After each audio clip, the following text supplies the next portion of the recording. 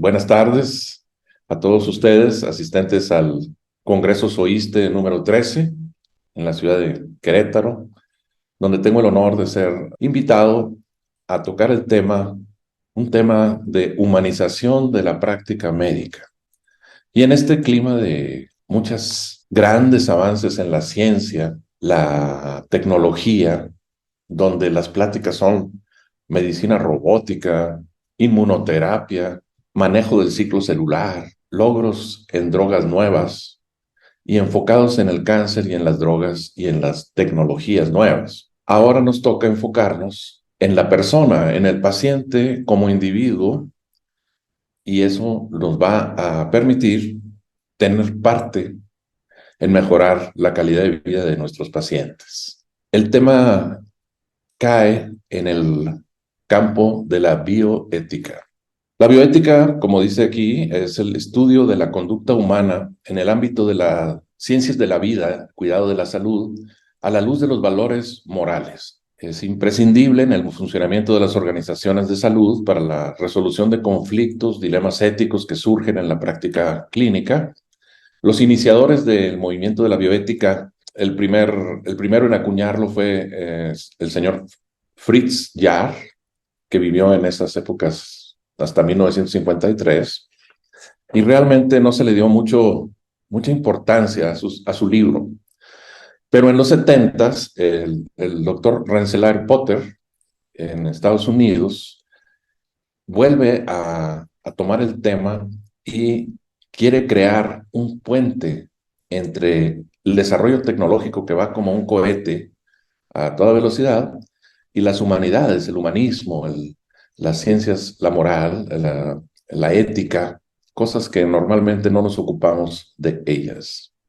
La bioética en este tiempo, la bioética principialista, se basa en cuatro grandes principios bioéticos, de los cuales la autonomía es la voluntad del paciente, la beneficencia, en la relación médico-paciente, el médico que quiere hacer lo posible por el bienestar de su paciente, lo que él piensa que es mejor para su paciente, siempre con un intento, una intención buena, con beneficencia. La no maleficencia, el no tener errores médicos, el no hacer cosas que no conocemos, el hacer las cosas de acuerdo a la mejor manera que conocemos, y la justicia. Si aplicamos estos cuatro principios, no solo en la práctica médica, en nuestra vida diaria, que realmente están basados en la filosofía de Kant, que habla de el individuo no como un medio, sino como un fin en sí mismo. Ver al paciente como un individuo que tiene su propio bagaje, que ha vivido, su cosmovisión, o sea, su visión, lo que él quiere de la vida, sus valores de cada individuo, y tomarlos en cuenta a la hora de presentarle un plan de tratamiento, un plan de diagnóstico, para poder siempre utilizar estos principios en nuestro hacer diario. Hay que ver las necesidades de los pacientes y las necesidades de los profesionales de la salud. Tenemos la pirámide de Maslow, que bastante exacta en que primero, pues las necesidades básicas de respiración, alimentación, las funciones para mantener la vida. Después, una vez cubierta eso, que todo esté bien, sigue la sensación de seguridad. Queremos tener seguridad, queremos estar estables, tener una seguridad, tener una certeza de que todo va a estar bien, que tenemos trabajo, que tenemos cubierto lo necesario para después cubrir las otras cosas fisiológicas también. Pero una vez resuelto eso, inmediatamente nosotros nos enfocamos en el siguiente escalón, que es la parte de amistad, la parte social, el afecto, la intimidad sexual, por ejemplo. Y una vez cubierto eso, todavía queremos el reconocimiento, el respeto, el éxito en lo que estamos emprendiendo. Y pues los más altos que nos llevan a la felicidad, donde están la creatividad, espontaneidad, la aceptación de hechos, resolución de problemas, en donde actualmente podríamos agregar la trascendencia. Todo el mundo queremos, cuando ya tenemos cubiertas todas aquellas cosas, la trascendencia, el llegar más allá, el transmitir el sentirte que la vida que es pasajera, pues tener una trascendencia, trascendencia vertical, donde lo que tenemos lo vamos a dejar más adelante en la posteridad. Colbert, un psicólogo que nos modificó un poquito las etapas de Piaget, habla del estado preconvencional, convencional y postconvencional. El niño que es preconvencional piensa en sí mismo, las reglas que conoce son las de su casa, de sus padres. A medida que crece y se hace adolescente, él entra en la etapa convencional donde sabe que la sociedad tiene sus reglas más allá de las de la casa y tiene que adaptarse a ellas para poder sobrevivir en la sociedad y socializar. En la etapa postconvencional, el individuo ya siente que él tiene que ayudar a la sociedad, contribuir de alguna manera en los demás y no nada más está pensando en sí mismo. Entonces, el paciente que vemos, tenemos que saber en qué etapa se quedó, si llegó a su etapa postconvencional, y eso nos ayuda a tratarlo y saber cómo tratar a los pacientes. Se presentan dilemas en la toma de decisiones.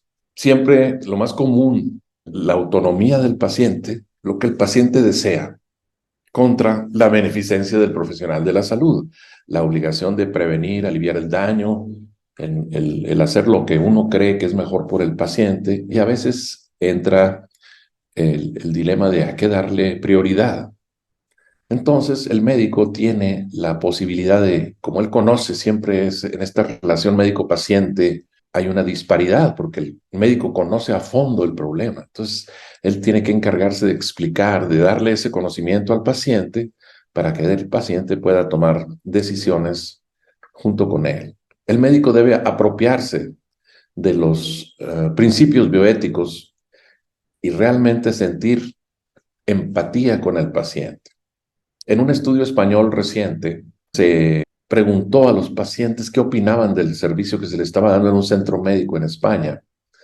Y los pacientes anunciaron que estaban muy contentos con la ciencia, con la atención médica, pero que sentían una falta de empatía.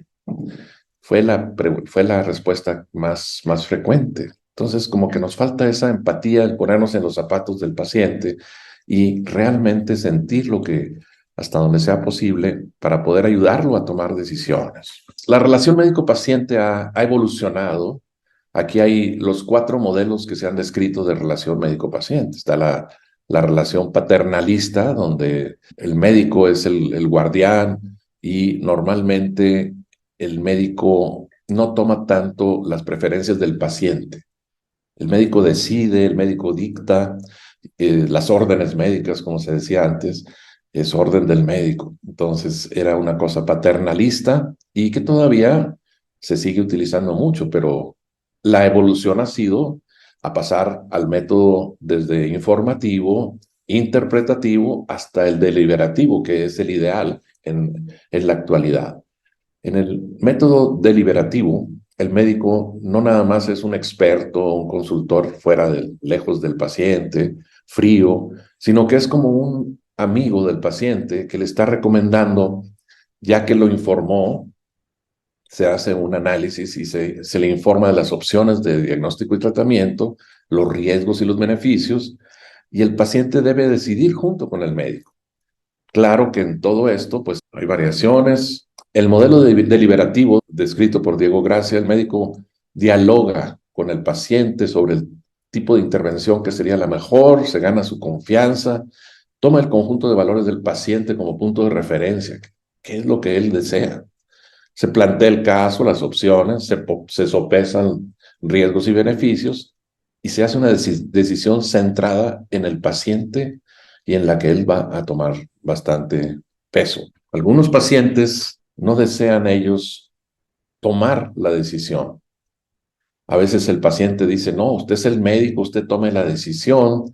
Y el médico a veces quiere descargar su responsabilidad. Un disclaimer, dicen en inglés. El médico encantado, pues si tú dices que yo decida por ti, entonces yo no quieres tomar la decisión. Bueno, aunque no es lo mejor, hay pacientes que deciden subrogar la decisión a su médico, pero generalmente no es así. Debe de buscarse cuál es la preferencia del paciente en todo. Las decisiones subrogadas se van a tomar en casos donde hay incapacidad del paciente, donde no es un menor de edad, tiene que entrar el tutor, y algunos ejemplos de dilemas como la objeción de conciencia, que actualmente está el debate acerca de la objeción de conciencia en cuanto a la interrupción del embarazo, por ejemplo, los criterios de actuación del médico en contra de la voluntad de un paciente, como cuando nos toca, ejemplo, un paciente que es testigo de Jehová y requiere una transfusión, y siempre es un dilema eso. El consentimiento informado, el paciente debe de siempre, siempre tener un consentimiento informado y no nada más el firmar un papel para protegernos de acciones legales, sino el consentimiento debe ser un proceso en donde el médico realmente está dándole al paciente la oportunidad de decidir y de actuar positivamente en las decisiones, totalmente centradas en el paciente. La eutanasia, pues eso no se permite en nuestro país, la eutanasia directa. Hay lo contrario, el llamado persistencia terapéutica, cuando ya no se puede lograr mucho también. Y siempre hay que tener en cuenta al paciente como un ser humano con dignidad y los derechos humanos que debe uno conocerlos y respetárselos siempre. Nuevamente, en esto de la decisión subrogada, pues ya lo mencionamos antes, así que lo voy a pasar. Hay que saber el conflicto de interés, que a veces no nos damos cuenta. Estamos usando al paciente como un medio para obtener nosotros ganancia, y eso está basado, a veces hacemos decisiones basadas, no nos damos cuenta, pero estamos usando el utilitarismo para hacer una decisión con el paciente. El paciente es vulnerable y acepta la información del médico, generalmente no la cuestiona, no anda viendo eso. Entonces uno como médico debe de tener conciencia de los conflictos de interés. Y siempre, nuevamente, el concepto kantiano de tomar al paciente como un fin en sí mismo y no como un medio. Y eso se aplica a todos los seres humanos, incluyéndonos a los doctores, que estamos a veces en una situación donde estamos trabajando en instituciones y nos sentimos el síndrome de burnout, donde ya no se siente uno como un ser humano, se siente uno como una máquina que está llevando a cabo una cantidad de pacientes y de consultas por hora, etcétera. Y eso siempre, no debe perder uno ese humanismo, eso de que tienes enfrente una persona, que tienes que respetar su dignidad y realmente estar haciendo lo correcto. En una conferencia de ASCO en la que me tocó estar presente, preguntaba un doctor, porque la pregunta era un tema de burnout, y decía un doctor, pues, ¿cómo le hacemos para no involucrarnos emocionalmente en cómo le está yendo a nuestros pacientes? Y el ponente era una doctora Shapiro, una psiquiatra, que dijo, pues no, desafortunadamente, malas noticias para usted, tiene que involucrarse emocionalmente porque usted es un ser humano y tiene que sentir empatía con el paciente. Eso es la actual, la verdad es que es lo mejor, y pues sí debemos de, en el método deliberativo, actuar como si fueras una persona, un familiar, un amigo del paciente que le está ayudando a tomar las decisiones humanamente. Hay otros dilemas.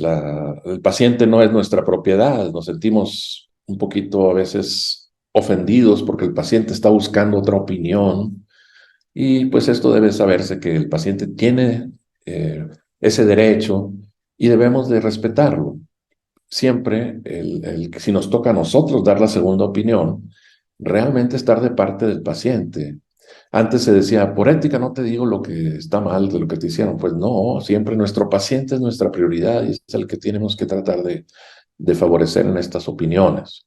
La contratransferencia, hay que estar consciente uno de que hay pacientes que no tenemos un buen entendimiento con ellos y nos provocan, por nuestro propio bagaje que tenemos, nos provocan una contratransferencia negativa.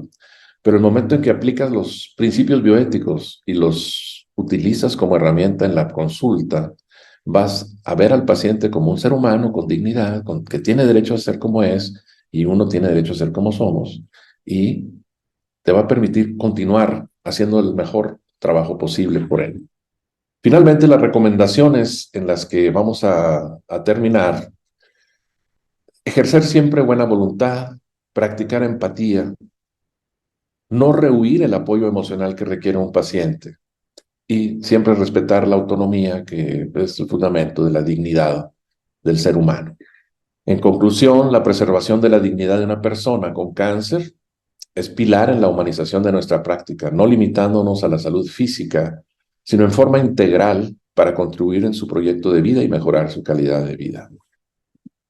Muchas gracias.